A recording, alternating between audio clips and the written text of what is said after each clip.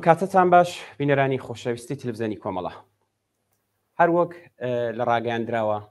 وا ڕاگەاندراوە قرارە ڕۆژی پێنجشەممە ئیبراهیم ڕەیسی سەر و کۆماری ڕژیمی ئیسلامی ئێران بۆ سەفەرێکی دوو ڕۆژە و بۆ بەناوکردنەوەی چەند پرۆژەیەک لە شارەکانی ئۆستانی کوردستان دەچێت. ڕژیمی کۆماری ئیسلامی بە درێژایی تەمەنی پڕ لە نەهامەتی خۆی بەردەوام بە چاوێکی ئەمنیەتی و بە حەق وەک ناوچەیەک کە بەردەوامترین و بەرینترین بزوتنەوەیان دژ بە سەرکوتگەری و زوڵم و زۆرداریەکانی ئەو ڕژیمەی تێیدا بەردەوام بووە ڕوانیویەتە ئەم ناوچەیە و خەڵکە تێکۆشەرەکەی. و ئێستا بە هەراوهوریا و تەبلیغاتێکی بەرین باس لە سەفەری ڕەیسی بۆ ئەو ناوچەیە دەکات بە مەبەستی کردنەوەی چەند پرۆژەیەک، بەڵام لە ڕاستیدا بە دوای ئامانجی دیکەوەیە. بۆ قسەکردن لەسەر ئامانجەکانی ئەم سەفەرە داوامان لە بەڕێز کاک حەسەن ڕەحمانپەنا ئەندامی کومیتەی ناوەندی کۆمەڵە کردووە بەشداری بەرنامەی لێکدانەوەی هەواڵی ئەمڕۆمان بێت تا چەند پرسیارێک لەم بارەیەوە ئاراستی بکەین. کاک حەسەن ئەم کاتت باش، زۆر سپاس بۆ ئامادەبوونت. ئەم کاتەیە و هاوکارانتان باش، سڵاو ڕێزی شمایە بۆ بینەرانی تەلەڤیزیۆنی کۆمەڵە و لە خزمەتتاندا. زۆر سپاس بەخێر بێت. کاک حەسەن بە لێرەوە دەست پێ بکەین. ئامانجی سەرەکی ڕژیم بۆ ڕەوانەکردنی ئیبراهیم ڕەیسی بۆ کوردستان چییە؟ ئەوەی کە بۆ خۆیان لە ڕاگەیاندنەکانە باسییان کردو، ئێوەش ئاماژەیەکتان پێ کرد، ئەوەیە کە ڕەیسی هاتووە سبحەینێ پێنجشەممە دێ بۆ کوردستان و هەدەفی ئەوەیە کە کۆمەڵێک پرۆژە لە سنا، لە دیواندەرە، لە بانە، لە سەقز، سەدی چراغوەیس و شوێنانەی کە ساڵحایە وعدەیە دەنوانە ئەمانە بکاتەوە و بە قەولی خۆیان ئەمە بەشێکە لە بەڵێنهای تەبلیغاتی ڕەیسی کە لە سەردەمی سەرۆک کۆماری دەدابووی. معناکەی ئەوەیە کە لە ئێستا و ئەمانە دەکاتەوە بۆ دەوری داهاتووی تەبلیغات و بۆ دەوری داهاتووی هەڵبژاردنەکان کە ئاخرۆخری ئەم ساڵەکە هەڵبژاردننی مەجلیس و ئەوە لە ئارادایە دانەوێت لەسەر ئەوانە لە ئێستا و تەبلیغات بکەن و ئەوە بە دەستکەوتێک بۆ خۆیان باس بکەن. بەڵام جیال لەوە هەموو باش دەزانین ئێمە کە وەڵنەمە دووەمین هاتنی ڕەیسیە بۆ کوردستان. باش دەزانین کە معمولەن ئەوان بەرپرسانی جمهوری ئیسلامی کە دێنە کوردستان هەم ئەهدافی سیاسیان هەیە، هەم ئەهدافی نظامیان هەیە، هەم ئەهدافی ئەمنیەتیان هەیە، هەم ئەوەیە کە لە نزیکیشەوە ئەو جەو فەزایی کە لە کوردستانە و بەتایبەت لە توی ئەم 45 ساڵەدا لە کە جمهوری ئیسلامی لە سەرکار بووە ئەو جەو فەزایانش هەڵسەنگێنن. بۆیەکانێ بە باوەڕی من کەمترین هەدەفەکە بۆ هاتنی ڕەیسی وەک سەرۆک کۆماری ئیسلامی مەسلەی کردنەوەی چەندانە پرۆژەیەکە، بەڵکو زۆرتر ئەوە هەدافانەی دیکەیە کە عەرزم کردی دەتوانین لەسەر هەر کامیکیان بەوردی قسە بکەین ئەگەر پێتان خۆش بێت. بڵێ کاک حەسەن، ناوچە کوردنشینیەکان بەردەوام بە شێوەی بەئەنقەسیش بە دواکەوتوی ڕاگیراوە تا ئێستا لەباری ئابووریەوە. ئەو پرۆژانەی بەو تەبلیغاتە بەرینەوە کە باس لە کردنەوەیان دەکەن بە بڕای ئێوە چ ئاڵوگۆڕێکی ئەرێنی دەبێت بۆ ناوچەکە؟ دەزانی ئەم پرۆژانە هیچ ئاڵوگۆڕێکی ئەو تۆی نابێت. ممکنە بۆ ماوەی خەڵکی پێت دڵخۆشکەن، ممکنە هەرەوەی ماوەیەک لەوە پێشتر لە منتەقەی بانەوە ئەوانە ڕێگایکی ڕێڕەویان کردەوە وتیان کۆڵبەرانە لای سێف کە سەرشوی سەقزاڵبەتە کە ئەوە گوایە کۆڵبەر هاتوچۆکەن و دێن و دەڕۆن و ئەوانە ئەندە شای و خۆشییان بە خەڵکیێکی کەم تەوەهم یا کەم ئاگابن بەوانە پێ بکەن. بەڵام دەردی جمهوری ئیسلامی زۆر لەوە قوڵترە کە بەکردنەوەی مەسەلەن فڕۆکەخانەی سەقز یا بە فڵان مشکلی لە ئاو لە دیواندەرە یا لە سنە یا فڵان جادە یا شتێکی دیکەی لەو نوعانە بتوانێت کێشەکانی خۆی پێ حەلکە. ئەم سیستما دووچاری داڕمانێکی ئابووری گەورە هاتووە، دووچاری بحرانێکی عەزیمی اقتصادیە کە بە پرۆژەیە کە دامانە مەسەلەن 200 نەفەر کاریشیان خولقان، 2000 نەفەر و 5000 نەفەر کاریشیان لە کوردستانە خولقان بۆ جوانانی بێکار. ئەی بە سەدان هەزار کەسی معتاد چیلەکەن، ئەی بە لەشکرێکی بەرینی بێکاری کە لە کۆمەلگای کوردستانە هەیە چیلەکەن، ئەی بەو هێزە زۆر و زەبەندەی کە لە کوردستانە لەسەر هەموو جێگایەک بە ئەنوانی هێزی نظامی دایان ناو چاودێری ژیانی خەڵکەکەن چیلەکەن. ئەی ئەو پۆلوە ئاورەی کە لە ژێرەوە لە دژی جمهوری ئیسلامی هەموو ڕۆژێک بڵێسە دەسێنێت لەوانە چی لێ دەکەن بۆ یەکانێ من لام وایە ئەو پرۆژەی ئابووری و ئەوانە فقط بۆ نمایشە بۆ نیشاندانی ئەوەیە کە بڵێن ئێمە لە ماوەدا کە ڕئیسی سەر و کۆمار بۆ شتێکمان کردووە ئەینا خۆ پرۆژەی لەوە گەورەتر خۆ لە ئیسفاهان هەیە لە شیراسێ لە شارەکانی دیکە هەیە بەڵام ئایا کێشەی بێکاری حەل بووە ئایا ڕۆژانە شاهدی خەڵکی ناڕازی و معتەرز و ماڵ باختە و ئەو خەڵکانەی کە معلمان و کارمەندان و بازنشستەکان و کرێکاران و ئەوانە نی لە سەحنەی سیاسی و لەسەر شەقامەکان و لەبەر ناوەندەکانی جمهوری ئیسلامی ئەترازەکەن بۆیە ئەمە بە معنایە بە باوەڕی من گرەیەک لە هەزاران گرێ خەڵکی کوردستان ناکاتەوە ئەویشی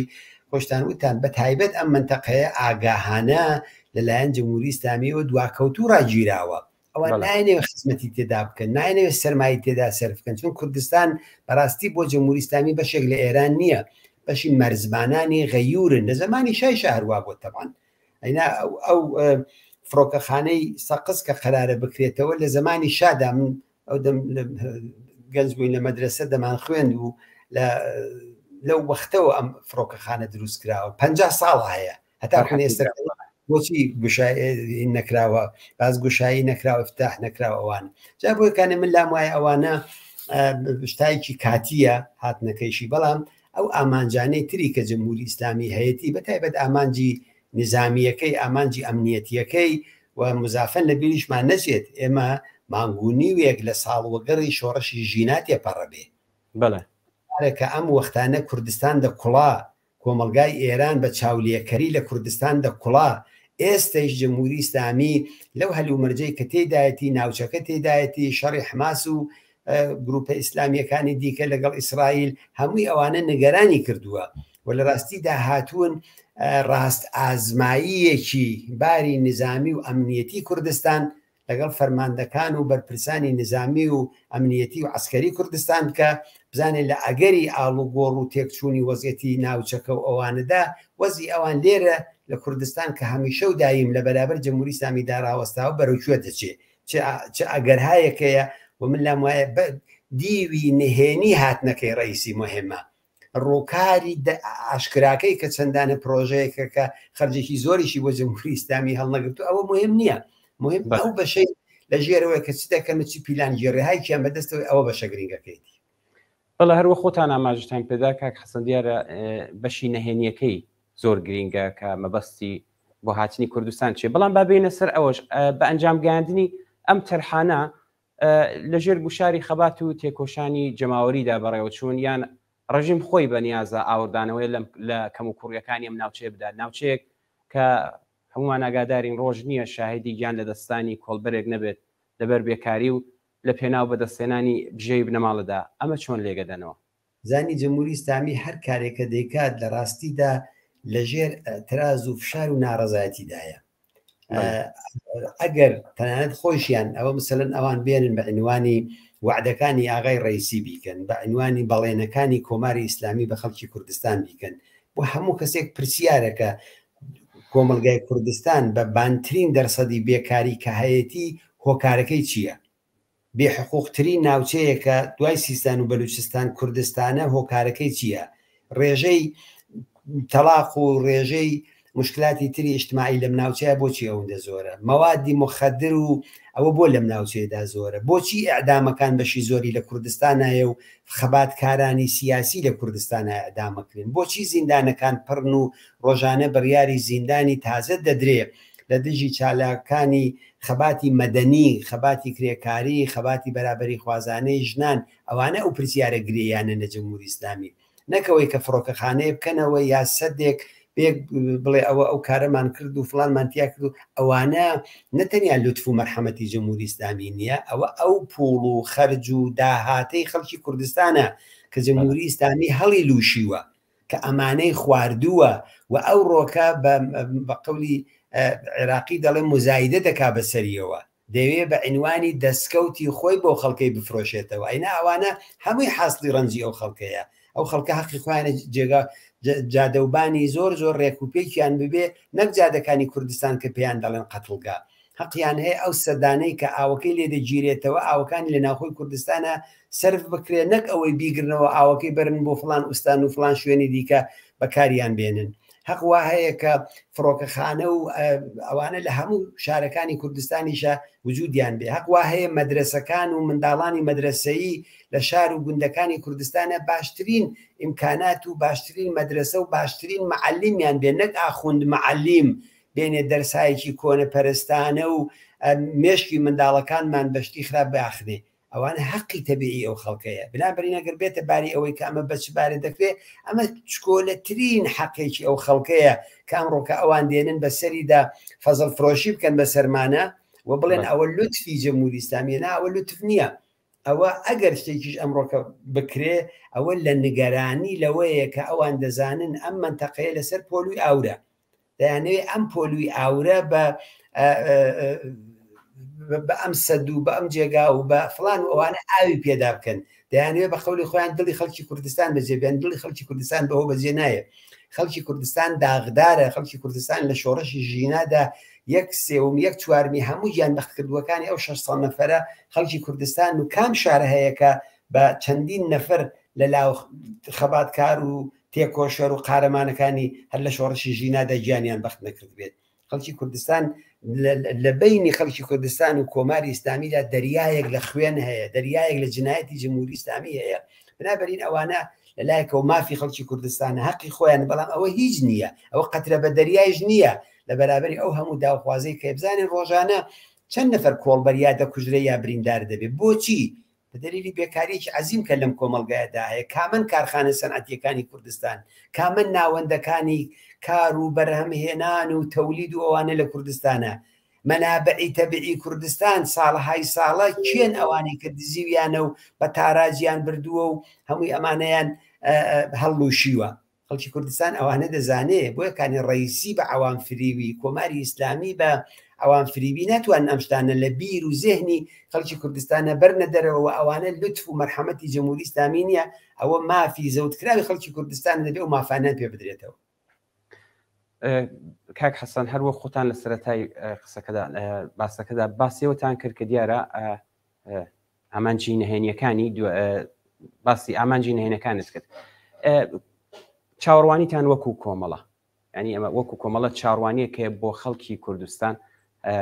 بۆ ئەم سەفەرەی کە ئەم تاوانبارە دەیکاتە کوردستان و دەچێت بۆ چاوەڕوانیەکتان هەیە. هەرچەند بۆ خۆشتان باستان کرد ئەم تەرح و پرۆژانە هیچ دەردێک لە خەڵکی کوردستانیش دەوا ناکات. داوجێگایی بە چاوەڕوانی دەگەڕێتەوە. بۆ ئاگداریتان هەر ئەمڕۆکە لە عەسر و دوانی مەڕۆ ئەوانەوە لە شاری سنە قەرارە بەیانی ڕۆژی پێنجشەمە ڕئیسی بێتە ئەوێ فەزایکی نظامیان دروست کردووە، دەوروبەری مەیدانی ئەقباڵ و هەمووی ئەوانیان گرتووە، هاتوچۆکانی خەڵکوندیانی ئەمانە فقط دەردی سەر نەهاتنیان بۆ کوردستان. نوای شوێن چۆڵ دەکەن، هێزیکی زۆر دەڕژێن ناو شەقامەکان و کنترۆڵ و بازدیدی خەڵک دەکەن. ئەو شەرایەتی بێکاریەیە، گاریەچیەکی فەقیر کە تیکەیەک نان پەیدا بکە شوێنی کارەکەی پێتەحتیلەکەن، ئەوە زەرر لە ماڵ و منداڵەکەی و لە ژیانی ئەوان دەکات. بۆ یەکانێ ئەو فەزایکی نظامیان دروست کردووە، لە سەقزی دروستیەکەن، لە دیوان دەرە دروستیەکەن، لە بانە دروستیەکەن، تحتێنوانی ئەوەی کە سەر و کۆمار هاتووە بۆ ئەوانە. لە لایکی دیکەەوە مەدرسەکان و خوێندگاکان و زانکۆکان و ئیدارەکانیان ئاگدار کردووەتەوە کە بەیانیش کە ڕۆژی پێنجشەمەی هەمووی ئەمانە بێن و دوانی مەڕۆ نەستنەوە سەرکار، بێن یا پێشوازی بکەن لە جەنابی سەر و کۆمار کە ئاخوندێکە هەموو کەس دەزانێ لە داهەی 60 چی کردووە، جوزی کومیتەی مەرگ بووەوە بۆ خەڵکی کوردستان و ئێرانیش کەسێکی ناسرا و بێز لێکراوە. بۆ یەکانە دەیانوێت لەو لایشۆ نمایشێک بدەن وان نیشان بدن کە کوایە کۆماری ئیسلامی لە کوردستانە دەنگ و ڕەنجی هەیە، کۆماری ئیسلامی لە کوردستانە نفوزی ئیجتماعی هەیە، خەڵک بە پێشوازیانەوە دەسن و زۆر جار بینیمانە کە تەنانەت عەکسەکان تێکە خەنەوە لەو فەزا ئەمنیەتیەدا، لەو شەرایەتی کە ئەمان خوڵقانیویانە تەبیعیە کە جەماعەتێک بە زۆر و بە هەڕەشە و گوڕەشە و ئەوانە دەبن بۆ پێشوازیکردن لە ڕئیسی. بەڵام چاوەڕوانی لە خەڵکی کوردستان ئەوەیە کە هەر لەم ڕۆکەوە هەر لەم شەوەکەەوە گەنجەکانی کوردستان بانگەواز بکەن لە هەموو کۆڵانە، لە هەموو بە SMS بە تەلەفۆن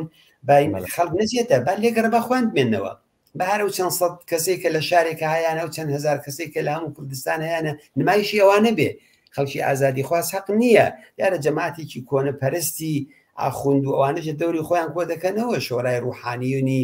غەربی کێشوەر و نمایندەی خامنەی لە غەربی کێشوەر و فەرماندەکانی سوپای پاسداران و ئەوانە بۆیە ئەم ئەگەر بە زاهر ئەوە دەکات لە ژێرەوە کۆبنەوەهای ئەسڵی لەگەڵ بەرپرسانی سوپایە لەگەڵ بەرپرسانی اطلاعاتە لەگەڵ ناوەندە ئەمنیەتیەکانە داڕشتنی تەرح لە دژی خەڵکی کوردستانە چۆن ئەم بزوتنەوانە سەرکوتکەن چۆن خەڵک نێڵ بێنە سەر شەقامەکان و ئینتزاری ئێمە ئەوەیە کە خەڵک بەدەم ئەو جەلادەوە نەچێت بانگەوازی ئێمە ئەوەیە کە لە هەموو شوێنەکان لە هەموو شارەکان لە هەموو مەسیرێکا کە دەڕوا هەرچەند جەماعەتێ من زۆر شتیوا دێنن حیوان و شتیوای لە بەرپەیە سەر ببڕن و تەبلیغی پێوە بکەن و ئەویش ئەو دیتان لە سنە چووە دوکانی کابرایەکە و دوای کابرای فەقیر خۆی پێدا کردبووی تر داوای کرد کە با بە وڵی من ئاگام لێ نەبووە خەبەر نەبووە هاتووە من چی بکەم داوای لێبوردنەکەم بۆی ئەوە فەزای کوردستان ئەوەیە جابۆیکانی داوامان ئەوەیە کە بەڕاستی لە خەڵکی کوردستان لە هیچ جێگایەکە نە مەدرسە تەحتیلکەن مناڵەکان ئەگەر تەحتیلیشیان کردن پیان خۆ مناڵێک ناتوانێت بڵێ تەحتیلەکە مەدرسە تەحتیلە نەچن بۆ ئەو سەفانە کارمەندی ئەگەر پیان تەحتیلکردن بە زۆر و ئەوانە نەچێ ئەو هەموو خەڵکە ناتوان بگرن ناتوان باسخاس بن لە هەزاران مامۆستای تێکۆشەر و معلیمی خەباتکار و بڵند و مدرسەت بۆ نەهاتی بۆ تەزاورە نەخۆش بووم قاچم دێشا سکم هزار یەک ڕوبیان و هەیە کە کابرا بێنێتەوە کە نەچێت بەیانی تەلەفۆن کە بڵێ ناتوان بێمەوە مدرسە مەجالم نیە بۆ ئیدارەیە بۆ ئەوان بۆی کانێت داواکاریمانەوەیە کە خەڵکی کوردستان بە پێشوازی ئەم بەناو سەرۆک کۆمارەوە کە بەڕاستی لە هەموو پەنجەکانی خوێن دەچێت نەچن و ئەوە هاتووە لەسەر ئەچی دەکات و لەسەر گۆڕی شەیدەکانمان هەڵەپەڕێ هاتووە دەستخۆشی بە جەلادەکانیان دەڵێ کە تێکۆشەرانی خەڵکی کوردستانیان قەتڵعام کردووە هاتووە هانیانەدا بووەوە هاتووە ورەیان پێدا کە نیگەران مەبن ئەوە لە فلستینا خەریکی چیەکەین و لە فڵان جێگا خەریکی چیەکەین و بەڵام ئەوە دەبینین ڕۆژانە لە سووریە چۆن لیان دەدەن چۆن لیان دەکوژن لە عێراق لە شوێنەکانی دیکە بۆ ئاژاوە جێڕی لە ڕاستیدا هاتووە و ئەم نابێ خەڵکی کوردستان بە پێشوازی ئەم کەسە تاوانبارەوە بچین. بەڵێ کاک حەسەن لە کۆتاییدا ئەگەر دەتانێ ئاماژە بە شتێکی ترکەن بە کورتی فەرموون. عرجێکی ترم نییە چون هەڵگری وەختی بەرنامەکەشتان دەزانم کاتوشتان کەمە هەر ئەوەندە کە انتزارمان ئەوەیە پیلانەکانی پشتی ئەم هاتنە ببینن ئەهدافی نیزامی و ئەمنیەتی و سیاسی و ئەوانە ببینن بکردنەوەی چەندانە پرۆژەیەکی زۆر کەم ئەرزش لە کوردستانە حەقی تەبیعی خەڵکی نەک ئەوانە بە سەدان شتی ئاوە دەبێت بە حەقی بزانن ئەمە بە بەخششی نەزانن ئەمە بە لوتف و مەرحەمەتی نەزانن و هەروەها بازم تاکی دەکەم و لەسەر نەچوون بۆ پێشوازیکردن لە ڕئیسی بە تەنیایشتنەوەی خۆیان و عواملی مزدوریان هیچ شتێکیژیان لەگەڵ خەڵکێکی یەکگرتو لەگەڵ خەڵکێکی زۆری نەکە ئەو ناسنە ئەو مەدانانەوە بۆ ناکرێت و هیوادارم سەحنەکەی باش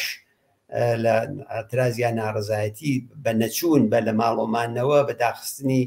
ئەو شوێنانەی کە ئەوان پیان خۆشیشەکەەوە بەوانە ببینین و ڕئیسی بەدەستی خاڵی بگەڕێتەوە. بەڵێ زۆر سپاس بۆ بەڕێستان کاک حەسەن ڕەحمان پەناه دامی کوتی ناوەندی کۆمەڵە بۆی کە لە بەرنامەی لێدانەوەی هەواڵی ئەمڕۆمان بەشدار سپاس بۆ ئێوە هاوکارانتان و ڕێز بۆ خەڵکی کوردستان. زۆر سپاس بینەرانی ئازیز سپاس بۆ ئێوەش کە تا ئێستا لەگەڵمان بوون فەرمون بۆ بینینی درێژەی بەرنامەکانی تەلەڤیزیۆنی کۆمەڵە.